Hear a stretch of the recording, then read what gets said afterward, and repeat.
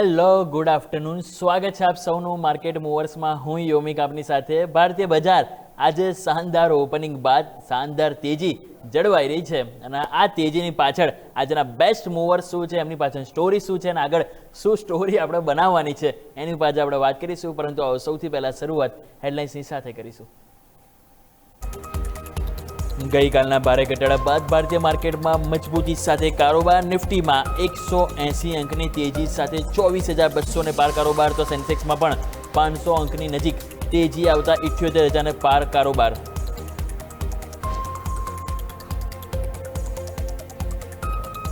Bank નિફ્ટીમાં સારી મજબૂતી. Bank નિફ્ટીમાં મજબૂતી 800 અંકની તેજી સાથે 56,800ની નજીક કારોબાર. બેંક નિફ્ટીમાં 14 સ્ટોકમાંથી 13 સ્ટોક મજબૂતી સાથે, તો એક સ્ટોકમાં ઘટાડા સાથે કારોબાર.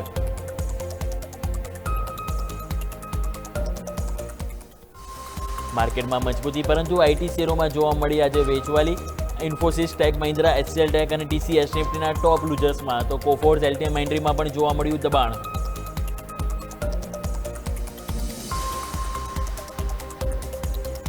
ફાર્મા શેરોની તબિયતમાં થયો સુધારો. ફાર્મા ઇન્ડેક્સ 1%થી વધુની મજબૂતી સાથે કારોબાર.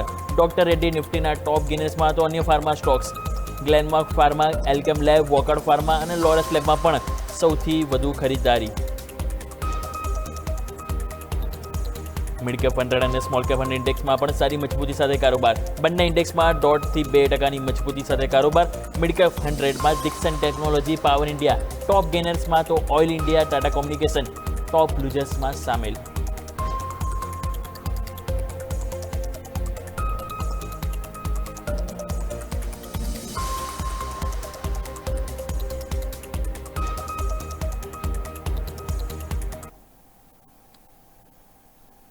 તો આવો દર્શક મિત્રો, સૌથી પહેલાં નજર કરી લઈએ કે માર્કેટમાં એક નાનકડી રેન્જમાં થોડો કારોબાર છે, પરંતુ તેજી જળવાઈ રહી છે, એ સારી વસ્તુ છે.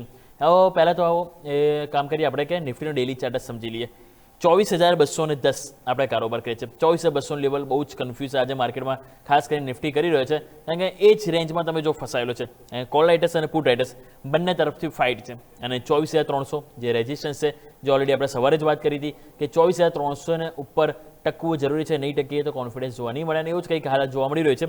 24,300 નીચે છો, પરંતુ નીચે આજના દિવસે જે લો બન્યો 24,080, જે બહુ ઇમ્પોર્ટન્ટ રહેશે આજના દિવસ માટે પણ અને આવતીકાલ માટે પણ.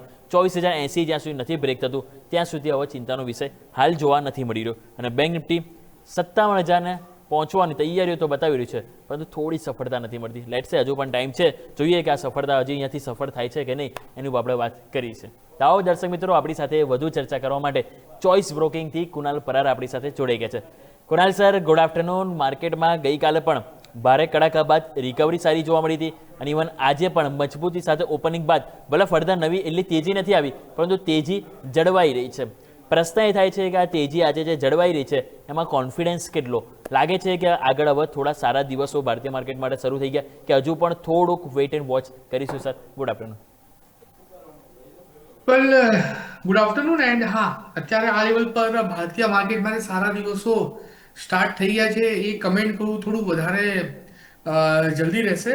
એન્ડ આજના દિવસમાં જે મોમેન્ટમ આપણને જોવા મળી છે, મોમેન્ટમ ખાલી ને ખાલી પ્યોરલી બેઝ ઓન ટ્રમ્પ સાહેબે જે કમેન્ટ કરી હતી that war is near to and. હા, એના પછી એમની બીજી બધી ઘણી કમેન્ટો આવી હશે. અને બીજી વસ્તુ એ છે કે જોવા જઈએ તો જે વ્યૂ અત્યારે આ લેવલ પર ક્રૂડ ઓઇલ રેટ બની રહ્યો છે, 118ના લેવલ પર ટ્રેડ કરવાનો, અત્યારે આ લેવલ પર 19ના લેવલ પર આવી ગયો છે, ક્યાંક ને ક્યાંક રાહત આપણે ક્રૂડ ઓઇલ તરફથી પણ જોવા મળી રહી છે. એટલે જે વ્યૂ અત્યારે આ લેવલ પર બની રહ્યો છે માર્કેટને લઈને, એ થોડોક ડાઇસી બની રહ્યો છે. નો ડાઉટ માર્કેટમાં આજના દિવસમાં આપણને ઉપરની મોમેન્ટમ જોવા મળી છે, બટ કેટલી સસ્ટેન્સ હશે કેટલી નહીં એ આવનારા દિવસોમાં આપણને ખબર પડશે. કેમ કે હવે માર્કેટ અત્યારે આ લેવલ પર જોવા જઈએ તો ટેકનિકલ પર નથી ચાલી રહ્યું, ફંડામેન્ટલ પર નથી ચાલી રહ્યું. જે ચાલી રહ્યું છે એ બાહ્ય પરિબળો પર તરફથી ચાલી રહ્યું છે. ઈરાન, ઇઝરાયલ, યુએસની વોર, ટ્રમ્પ સાહેબની કમેન્ટના બેઝ પર આ બધાની ઉપર અત્યારે માર્કેટ ટ્રેડ કરી રહ્યું છે. નાઉ લેવલ વાઇઝ જો વાત કરીએ તો 24,200ની ઉપર જો આજના દિવસમાં ક્લોઝ આવે છે તો પછી તમને એક સારા એવા લેવલનું એક્સપેક્ટેશન રાખી શકો 24,500, 24,600. અને જો 24,200ના ઉપર સસ્ટેન નથી થતું તો પાછું નીચે 24,000, અને એ જો બ્રેક કરે તો ભાઈ તમને 23,500 સુધીના લેવલ તો નિફ્ટી બતાવવા માટે અગેન રેડી થઈ જશે. ઓવરઓલ વ્યૂ અત્યારે આ લેવલ થોડોક ડાઇસી બની રહ્યો છે. જેમ સર કીધું એ પ્રમાણે થોડુંક હજુ વેઇટ કરીશું અને આજના ક્લોઝિંગ ક્યાં આવે છે એની ઉપર આપણે જરૂરથી વેઇટ કરીશું. તો સર તમારા ખાસ કરીને હવે સ્ટોક સ્પેસિફિક રિકમેન્ડેશન પણ જાણી લઈએ કે આપણા તરફથી સ્ટોક સ્પેસિફિક ક્યાં પસંદગી બની રહી છે.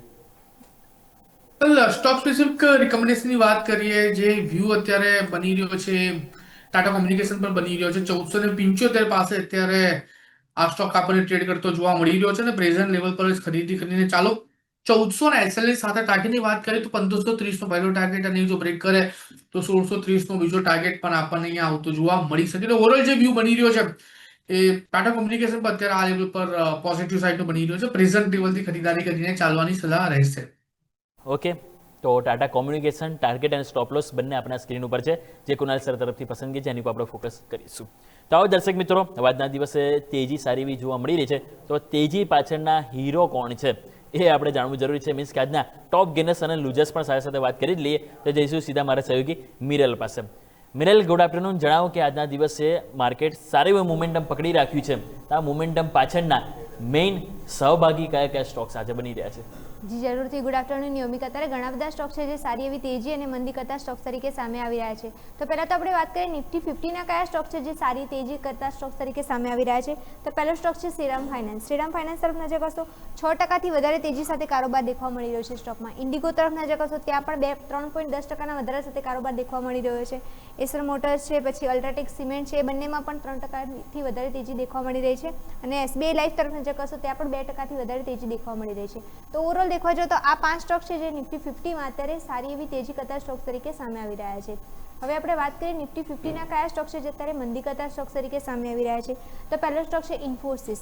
ઇન્ફોસિસ છે, ટીસીએસ છે, બંને સ્ટોકમાં તમે જોશો તો અત્યારે 1.26 અને 1.98% વધારે ઘટાડા સાથે કારોબાર દેખવા મળી રહ્યો છે. રિલાયન્સ છે ત્યાં પણ તમને દેખવા મળશે 1.20% ઘટાડા સાથે કારોબાર નોંધાઈ રહ્યો છે. એટર્નલ છે, ભારતીય એરટેલ તરફ નજર કરશો ત્યાં પણ નજીરો ઘટાડો નોંધાઈ રહ્યો છે. તો ઓવરઓલ દેખવા જો તો આ 5 સ્ટોક છે જે નિફ્ટી 50માં અત્યારે મંદી કરતા સ્ટોક તરીકે સામે આવી રહ્યા છે. હવે આપણે વાત કરીએ નિફ્ટી 500ની. નિફ્ટી 500માં તમે જોશો ને તો સારી એવી મોમેન્ટમ દેખવા મળી રહી છે. તો એમાં તો પહેલાં ગેનર્સ આપણે નજર કરીએ કે ગેનર્સ કયા સામે આવી રહ્યા છે. તો પહેલો સ્ટોક છે આદિત્ય એએમસીમાં તમે જોશો તો એક શાનદાર તેજી દેખવા મળી છે. 20%થી વધારા સાથે કારોબાર દેખવા મળી રહ્યો છે. અથમ ઇન્વેસ્ટમેન્ટ તરફ નજર કરશો ત્યાં પણ 18%થી વધારે તેજી દેખવા મળી રહી છે. ફેક્ટ તરફ નજર કરશો ત્યાં પણ કંપનીના ફંડામેન્ટલ સારા છે અને એના બિઝનેસ ઇમ્પ્રુવમેન્ટના કારણે 18%ની તેજી દેખવા મળી રહી છે. આરસીએફ તરફ નજર કરશો ત્યાં પણ 13%ની વધારો દેખવા મળી રહ્યો છે. અને લાસ્ટ તમે જોશો રેડિક્ટન તરફ નજર કરશો ત્યાં પણ 12%થી વધારે તેજી દેખવા મળી રહી છે. તો નિફ્ટી 50 કરતાં નિફ્ટી 500માં તેજી કરતા સ્ટોક સારા એવા સામે આવી રહ્યા છે. હવે આપણે વાત કરીએ નિફ્ટી 500માં કયા સ્ટોક છે જે અત્યારે મંદી કરતા સ્ટોક તરીકે સામે આવી રહ્યા છે. તો પહેલો સ્ટોક છે કેઆઈ ઇન્ડસ્ટ્રી. 7%થી પણ વધારે ઘટાડા સાથે કારોબાર દેખવા મળી રહ્યો છે સ્ટોકમાં. પોલીકેપ તરફ નજર કરશો ત્યાં પણ 5%થી વધારે ઘટાડો નોંધાઈ રહ્યો છે. વન સોર્સ સ્પેશિયાલિટી છે, પછી હેક્ઝાવેર ટેક છે, બંનેમાં 3% ઘટાડા સાથે કારોબાર દેખવા મળી રહ્યો છે. અને લાસ્ટ તમે જોશો અતુલ લિમિટેડમાં ત્યાં પણ 2%થી વધારે ઘટાડા સાથે કારોબાર દેખવા મળી રહ્યો છે. તો અત્યારે નિફ્ટી 500 તરફ નજર કરશો 2%થી 7%ના ઘટાડા સાથે કારોબાર દેખવા મળી રહ્યો છે. નિફ્ટી 500માં તમે નજર કરી હશે વધારા સાથે કારોબાર કરતા સ્ટોકમાં 12%થી તે 20%ના વધારા સાથે કારોબાર દેખવા મળી રહ્યો છે. અને નિફ્ટી 50માં પણ સારી એવી મોમેન્ટમ દેખવા મળી છે યોમિક. ઓકે, તો ઓવરઓલ આ બધા સ્ટોક્સ હતા કે આજના દિવસે ખાસ મોમેન્ટમ તરીકે સામે આવી રહ્યા છે. વિરલ, ખૂબ ખૂબ આભાર આપનો માહિતી બદલ. સો આવો દર્શક મિત્રો, નજર કરીએ તો શરૂઆત આપણે એનબીએફસી સ્ટોક્સથી જ કરીએ કે જે આજનો હીરો છે અને એ છે શ્રીરામ ફાઇનાન્સ. સરસ તેજીનો મોડ આપણને ચાલતો હતો, પરંતુ છેલ્લા 4-5 દિવસ થોડું પ્રોફિટ બુકિંગ આવ્યું. ગઈકાલે સરસ રિકવરી આવી અને આજે પણ ફર્ધર સારું એવું બાઇંગ આપણને જોવા મળી રહ્યું છે. સ્ટોક અત્યારે જોઈશું તો આપણને કરન્ટલી એના 10 ડેમાંથી ઉપર આજે ગયું છે અને ઓલમોસ્ટ 1060 આજુબાજુ આપણને કારોબાર જોવા મળી રહ્યો છે. કુણાલ સર, તમારી પાસે લઈને આવવા માંગી શ્રીરામ ફાઇનાન્સ ગઈકાલના લોને શું માની લેવું જોઈએ કે અહીંયા બોટમ બની ગયા છે અને લાગે છે કે હવે ફરી આ તેજીનો દોર શ્રીરામ ફાઇનાન્સ માટે શરૂઆત થઈ ગઈ સર?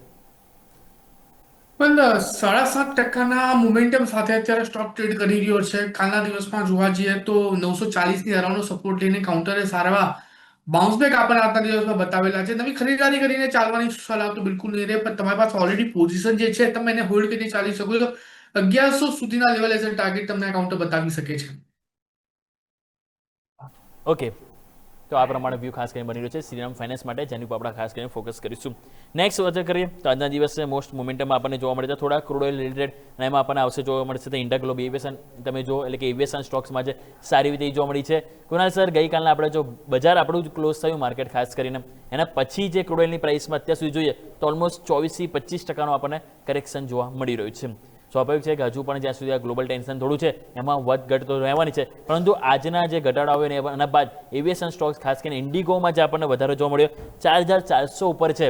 શું નવી બાઇંગ માટે આ વેલ્યુ બાઇંગ ઓપોર્ચ્યુનિટી કહી શકાય ઇન્ડિગો માટે સર? વેલ ડેફિનેટલી વેલ્યુ બાઇંગ કહી શકાય ઇન્ડિગો માટે. પ્રેઝન્ટ લેવલ પર ખરીદી કરીને ચાલુ, કોઈ પણ ઘટાડો આવે 4260 સુધી તો બી તમે ખરીદી કરીને ચાલી શકો છો. 4040 નો એક અહીંયા એસએલ મેન્ટેન કરીને ચાલીશું. ટાર્ગેટની વાત કરીએ તો 4660 નો પહેલો ટાર્ગેટ, અને જો બ્રેક કરે તો ભાઈ 5050 સુધીના પણ ટાર્ગેટ અહીંયા આપણને આવતા જોવા મળી શકે. વ્યૂ ડેફિનેટલી પોઝિટિવ સાઇડનો છે અહીંયા. ઓકે, તો જેમ સરે કીધું એ પ્રમાણે ખાસ કરીને આપણે ફોકસ કરીશું, વ્યૂ પોઝિટિવ જોવા મળી રહ્યો છે. નેક્સ્ટ નજર કરીએ ટોપ લૂઝર્સમાં, તો આજે ફરીથી આઈટી સ્ટોક્સ છે કે જ્યાં દબાણ જોવા મળી રહ્યું છે. ખાસ કરીને અહીંયા વાત કરવી છે ઇન્ફોસિસ. ઇન્ફોસિસ એક વખત ચાર્ટ ઉપર નજર કરશો કુણાલ સર તો આપણને છેલ્લા 7 થી 8 ટ્રેડિંગ સેશન એક બેઝ બનાવતો હોય ને એવો પ્રયત્ન જોવા મળે. ઉપરની તરફ 1310 1320 કે ત્યાંથી નીચે આવી જાય, અને નીચેની તરફ 1280 છે કે ત્યાંથી વારંવાર સ્ટોક બાઉન્સ લે છે. આ ફેરી પણ તમે જો આજે થોડો ઘટાડો આવ્યો, 1300 નીચે ફરીથી આવી ગયો. લાગે છે કે આ ફેરી પણ 1280 એક સપોર્ટ તરીકે પ્રોટેક્ટ કરશે આપણને સર? ઇન્ફોસિસ જોવા જઈએ તો આ લેવલ પર ખરીદી કરીને ચાલવાની સલાહ જરૂરથી રહેશે. 293 પાસે ટ્રેડ કરે છે. પહેલા પણ જોવા જઈએ તો આ કાઉન્ટરે સેમ લેવલનો સપોર્ટ લીધો હતો અને ત્યાંથી સારો બાઉન્સ બેક આપણને બતાવ્યો હતો. પ્રેઝન્ટ લેવલથી ખરીદારી કરીને ચાલવાની સલાહ રહેશે. એક સારા ઉછાળનું એક્સપેક્ટેશન આપણે આ કાઉન્ટરમાં રાખી શકીએ, અને વર્સ્ટ કેસમાં કાઉન્ટર નીચે 1200 સુધી પણ આવે છે તો પણ તમે ખરીદી કરીને ચાલો, કેમ કે પહેલા પણ 1180 1290 સપોર્ટ લઈને કાઉન્ટર ઉપરમાં આપણે 1900 થી લઈને 2000 સુધીના હાઈ બતાવેલા છે. સો ઓવરઓલ વ્યૂ આ લેવલ પર પોઝિટિવ સાઇડનો છે ઇન્ફોસિસ માટે. ઓકે, તો વ્યૂ પોઝિટિવ છે અહીંયા ખાસ કરીને ઇન્ફોસિસ માટે, જેની ઉપર આપણા સૌનું ધ્યાન જરૂર અહીંયા રાખીશું. માર્કેટ ક્વિકલી આવ નજર કરી લઈએ તો બહુ સરસ તેજી અત્યારે હાલ આપણને આવતી જોવા મળી રહી છે. નિફ્ટી ફરી 24260ના હાઈ ઉપર આપણને આવતો જોવા મળી રહ્યો છે, અને ઇવન બેંક નિફ્ટી પર નજર કરો તો 920 અંકની તેજી સાથે 56950 ની નજીક છે. 50 પોઈન્ટ જોઈએ છે. જો 57,000નું અહીંયાથી લેવલ આપણે અહીંથી ક્રોસ કરવું હોય તો 50 પોઈન્ટ જોઈએ છે. સો લેટ્સ સે કે 50 પોઈન્ટ હવે સફળતા મળે છે કે નહીં, પરંતુ મિડ કેપ સ્મોલ કેપ પણ તમે જો તો સરસ મજબૂતીની સ્મોલ કેપ હવે ધીરે ધીરે તમે જોશો તો 2%ની નજીક તેજી સાથે આગળ વધતો જોવા મળી રહ્યો છે. તો આવો દર્શક મિત્રો, સમજો છે એક નાનકડા વિરામ લઈશું, અને વિરામ બાદ જે આજે ખાસ એક્શન જોવા મળી છે, આજના જે માર્કેટ મૂવર્સ છે એની ઉપર આપણે વાત કરીશું.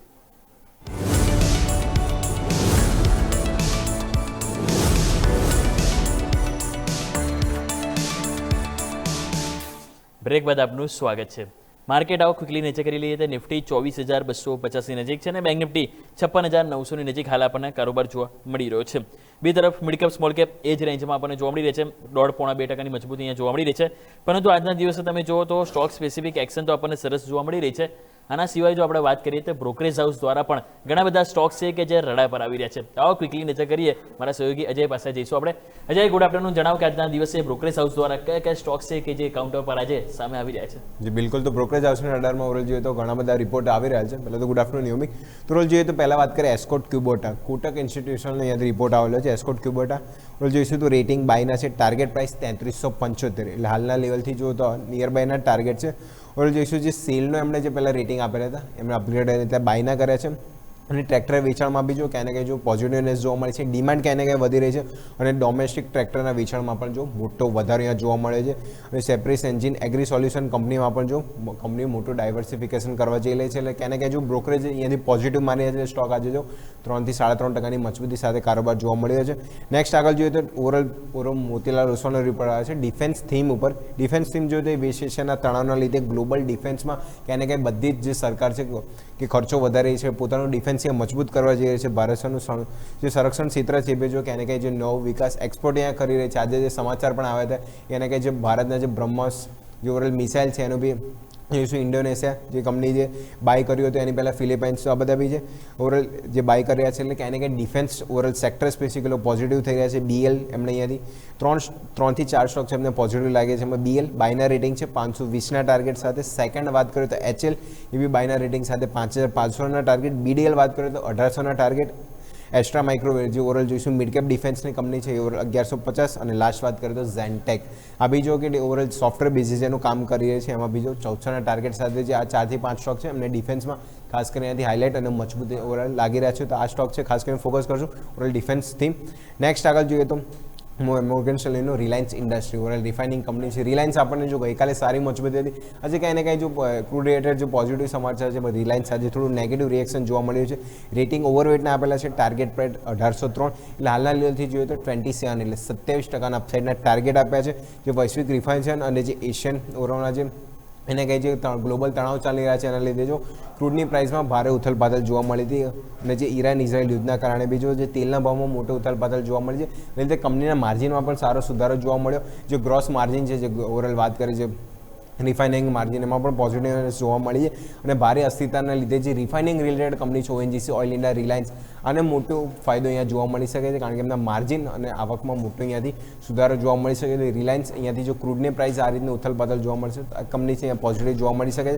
તો રેટિંગ ઓવરવેટના છે અને ટાર્ગેટ પ્રાઇસ 1803 એટલે કે એને કે રિલાયન્સ બી છે એમને અહીંયાથી પોઝિટિવ લાગી રહ્યો છે. તો ઓવરઓલ જે બ્રોકરેજ રિપોર્ટ હતા જેમાં વાત કરીએ એમાં ડિફેન્સ ઓવરઓલ સેક્ટર એસ્કોસ ક્યુબોટા જે ઓટો સેક્ટરમાં વાત કરીએ કે 3.5% મજબૂતી અને રિલાયન્સ જે રિફાઇનરિંગમાં જે ક્રૂડની ચર્ચાને લીધે આ બધા સ્ટોક છે ખાસ કરીને બ્રોકરેજના રડારમાં આવી રહ્યા છે. યમિક ઓકે, તો ઓવરઓલ આ બધા જે બ્રોકરેજ હાઉસ દ્વારા આપણને સ્ટોક્સ આજે રડા પર આવી રહ્યા છે. અજય, ખૂબ ખૂબ આભાર આપનો માહિતી બદલ.